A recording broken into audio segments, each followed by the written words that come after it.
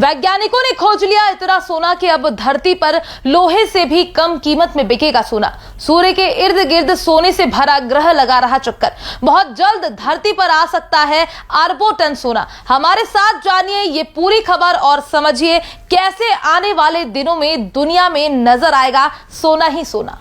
आप सोचिए अगर पृथ्वी पर ईंट, मिट्टी, सीमेंट की जगह सोना ही सोना हो जाए और तो और हर कदम के बाद एक हीरो का भंडार मिले तो कैसा रहेगा।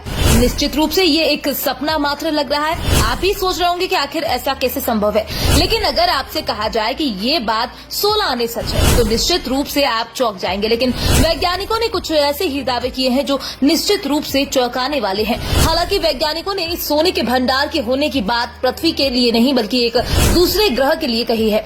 आज हम वैज्ञानिकों के हवाले से आई रिपोर्ट को आधार मानकर उस ग्रह का नाम भी बताएंगे जहां पर सोना ही सोना है और ये भी बताएंगे कि ये क्या हम लोगों को उपलब्ध हो पाएगा।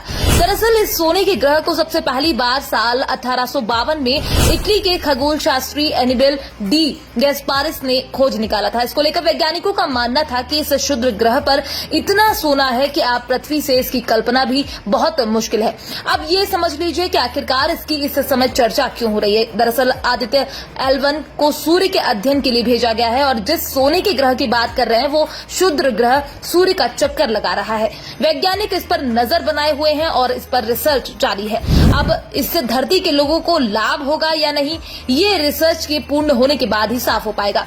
अब इस ग्रह के बारे में थोड़ा सा और विस्तार से समझ लेते हैं। इस क्षुद्र ग्रह को सबसे पहली बार साल 1852 में इटली के खगोल शास्त्री एनिबेल डी गैस्पारिस ने खोजा था। वैज्ञानिकों का मानना है इस क्षुद्र ग्रह पर इतना सोना है कि आप पृथ्वी से इसकी कल्पना भी नहीं कर सकते। इसका नाम वैज्ञानिकों ने 16 साइके रखा है। इसको लेकर वैज्ञानिकों का मानना है कि इसका कोर निकल और लोहे से बना है, जबकि इसके भीतर भारी मात्रा में प्लेटिनम, सोना और अन्य तरह की कई कीमती धातुएं मौजूद हैं।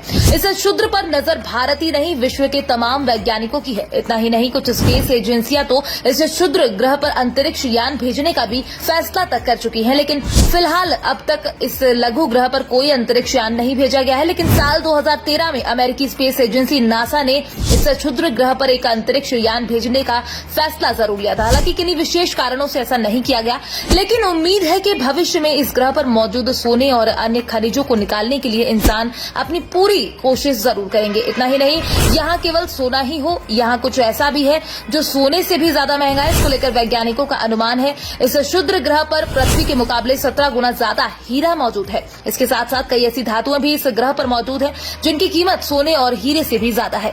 उम्मीद है कि वैज्ञानिक 2030 तक इस ग्रह पर अपना कोई न कोई अंतरिक्ष यान उतार देंगे और अगर यहाँ से सोना पृथ्वी पर लाने लगे तो धरती पर सोने की कीमत लोहे से भी कम हो जाने की भी संभावना बढ़ जाएगी। वैसे वैज्ञानिकों के द्वारा खोजे गए इस सोने के ग्रह पर आपकी अपनी क्या प्रतिक्रिया है?